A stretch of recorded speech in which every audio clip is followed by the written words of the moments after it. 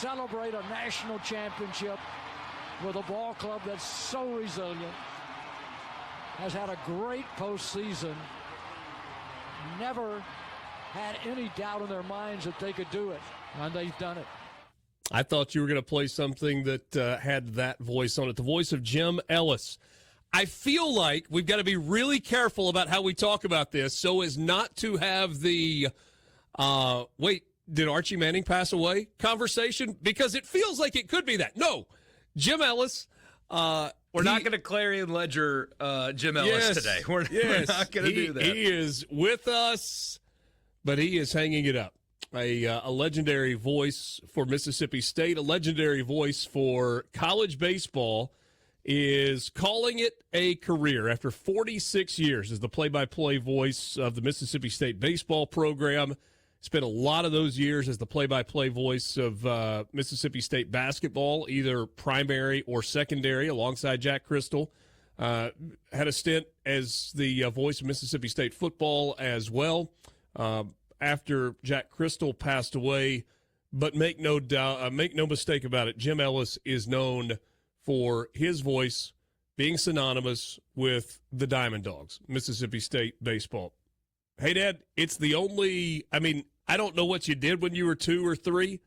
My guess is you don't remember listening to Mississippi State baseball on the radio when you were 2.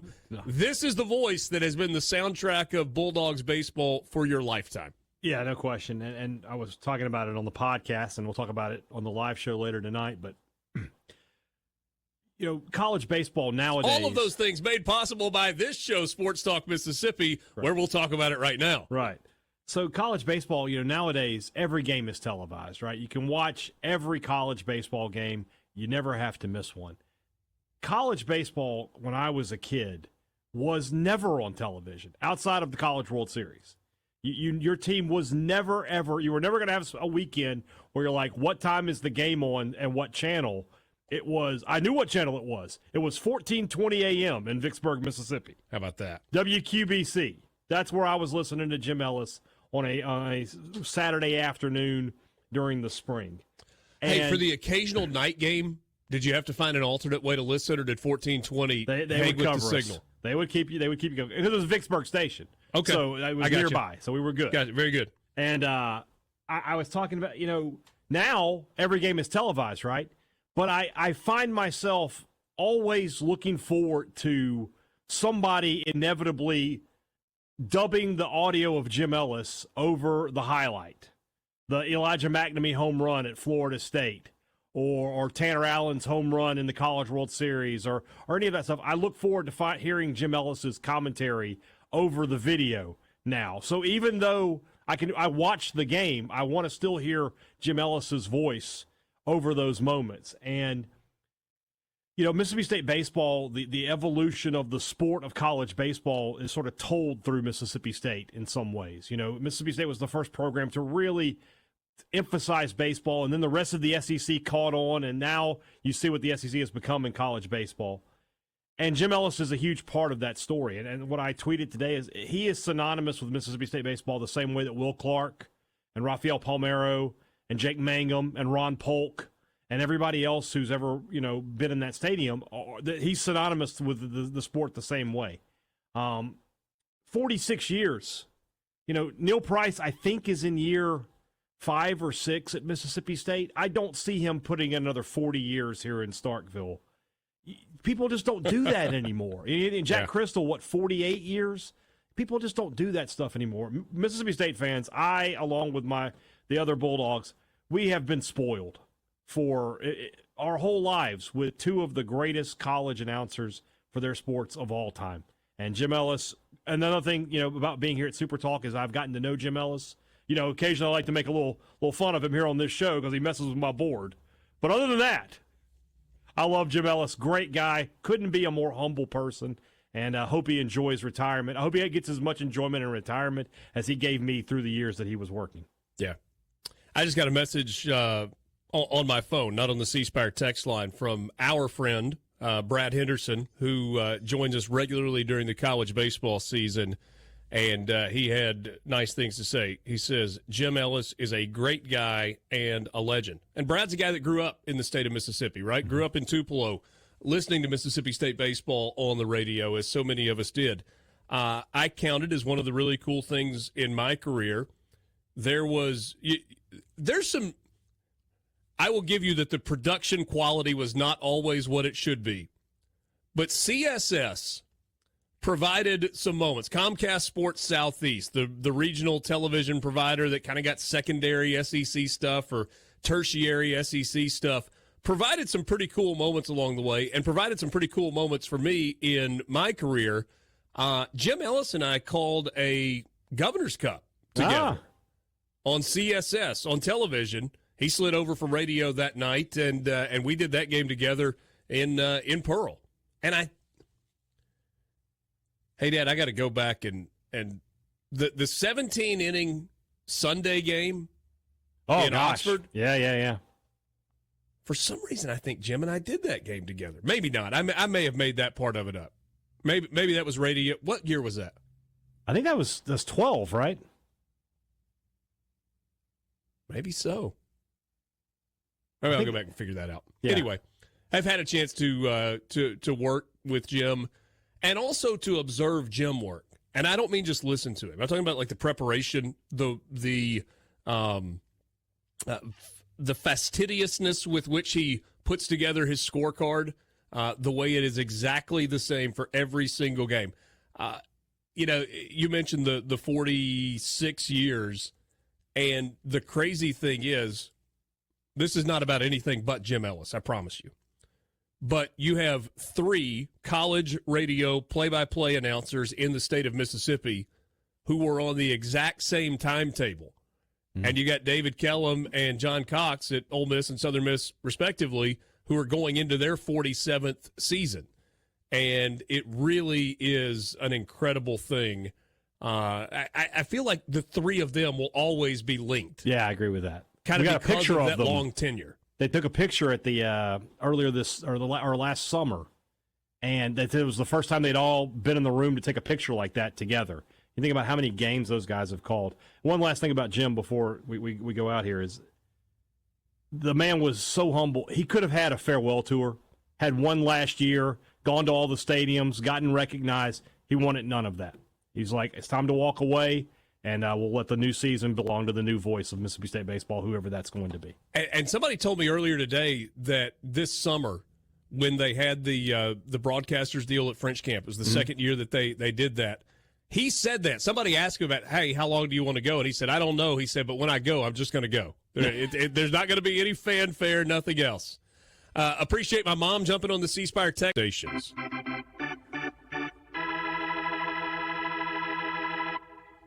The 3-1 pitch is a drive deep to left, way back. It is gone. It is gone. A grand slam for Masters. A grand slam for Masters. This crowd is berserk.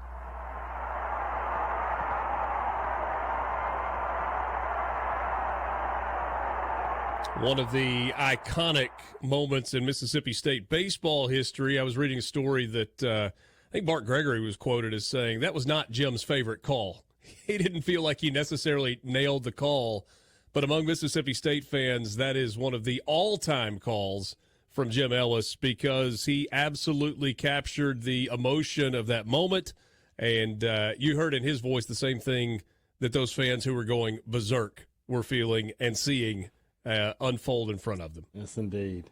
I can tell you exactly where I was listening to that. Where were you? I was at my dad's apartment, sitting on the couch, listening to it on a little clock radio that we had just in the living room, he and I. I mean, this is what you did in 1991, is you had a radio, you turned off the TV because, that was going to be loud, and you just sat there and listened to the game. And that's what we did. And I remember us jumping up and down. God, I'm getting emotional. Just jumping up and down. And one of the things about that game that people forget is that was not to go to the College World Series. That was That was State had to win that game to stay alive, and then it was basically a stomach punch game. Florida State couldn't recover, and State got the win the next day. And yeah, I remember that really clearly. And that was big because Florida State had kind of taken the momentum in that game. Yes. They had scored single runs in the 6th and the 7th and the 8th inning, and you're in the 9th, and Florida State's up 8-5, and then Father Burke. Yeah. This was Father Burke. This was well before he was Father Burke, perhaps called on a little divine intervention. C-Spire text line, some of your messages, many of them very kind, about Jim Ellis. Mississippi State baseball just won't be the same without Jim Ellis doing the broadcast. I've been listening to him since I was a teenager. He is a legend. That is from Randy in Aberdeen. Why am I imagining Hey Dad as Ralphie listening to Little Orphan Annie on a radio bigger than Refrigerator Perry? No, nothing like that. I grew up with baseball on the radio, and that's what I do now. We got so many great announcers on the AM dial in years gone by. Baseball is still such a pleasant listen on the radio. I know, and on one of the videos State put out, they had part of his speech, Jim Ellis' speech that he gave, and he mentioned, he's like, baseball on the radio is different now than it was before, but I'm happy to be along for the ride, or whatever his quote was. But it's still, I think, a joy to listen to baseball on the radio. I can't do basketball on the radio. If I have to, I will. I can't do it, though. It's so hard. And then the access to technology makes football on the radio. I mean, I can just pull up my phone and watch it there. But for some reason, with the access to video, unless I'm sitting behind a TV, just put the radio on still. Yeah. It's still just such a great sport to listen to. The last football game I listened to on the radio was, what year was that? Was it Leach's last year? It was State was at Arizona, and the power in my house went out. Like, I had no power. And so I drove up here to the studio, no power here either. So I just got in the car and turned the car on and listened to the football game until it was over. And that's the last time. But prior to that, I couldn't tell you the last time I listened to a football game on the radio. But even now, like, occasionally I will listen to a baseball game on the radio. Yeah. I love it. Not surprising. It's where I got my start in this field, was college baseball. Well, high school football and then college baseball. And I have such a love for college baseball. I love, we're in the spring and all of the games are over except for LSU. And you pick up LSU still on WWL late at night. Yeah. Or, you don't really have to do that anymore. You can grab the app on your phone and stream games from all over the place. There are a lot of really good baseball announcers that are out there. It makes it a lot of fun. This message, maybe I missed it, but who do you guys think will take Jim's place? Well, we'll be the first to announce Richard Cross is coming to Starkville. Right. Should I say the Diamond Dogs. Should I say what I said to you earlier when you said that to me? We got a lot of NIL money. We'll give you a little bit of that. There you go. We don't know the answer to that, and Mississippi State has not. I mean, I think you can be pretty it could be anybody. Yeah. But the two most likely names are, Neil Price is obviously the voice of Mississippi State football and basketball. I would think that and he's a guy that has done baseball and has done a really, really good job with baseball. Loves in the the past. sport of baseball. He was there with Kentucky. He's a huge Cincinnati Reds fan. Isn't that right? I think he's a Reds fan. He is a Reds fan, I believe, yeah. And that certainly is a possibility. Bart Gregory's been around and has done a lot of radio for Mississippi State through the years. Mm-hmm. If you said, hey, Richard, guess who it's going to be, I would guess one of those two. Yeah. But it certainly could be It's a job that announcers would be interested in, I think, for the most part. Yeah, I just don't know that it's a full-time job. Yeah. So, you got to find somebody who's already here. Maybe. Yeah. Or somebody that's up and coming and, seasonal. You have guys that go and call minor league baseball seasonally, and they have to have other jobs as well. So I don't know. Yeah. I worked with Jim at WSSO in the early 80s when he was doing Starkville High School football, and he was great then. Congrats, Jim, and enjoy retirement. In honor of Ellis, can you play the we got the Grand Slam for Masters there. Hope you were with us for that. Let's Let's see here. I work in the ag business, and that's one thing that I looked forward to 4 to 5 times a week, listening to Jim call the Mississippi State games. Knew it was going to happen one day, but was hoping for one more year. Going to miss him. I get chill bumps every time I hear that call, talking about the Burt Masters call. Yeah. Last football game I listened to on the radio was the Kentucky-Ole Miss game this past year. It was glorious. That's from Dan in Hattiesburg. Eye of the beholder, Dan. Thank you. Yeah. Bob at Gulfport says he enjoys listening to Southern Miss baseball while keeping a scorecard. He said it's very enjoyable. There are people that still do that. Not many. Bob, there are not many of you. In fact, one of the things that I remember hearing David Kellum say for years and years and years, he would always give the numerical scoring of a play to go, for those of you scoring at home. And I'm like, who does that?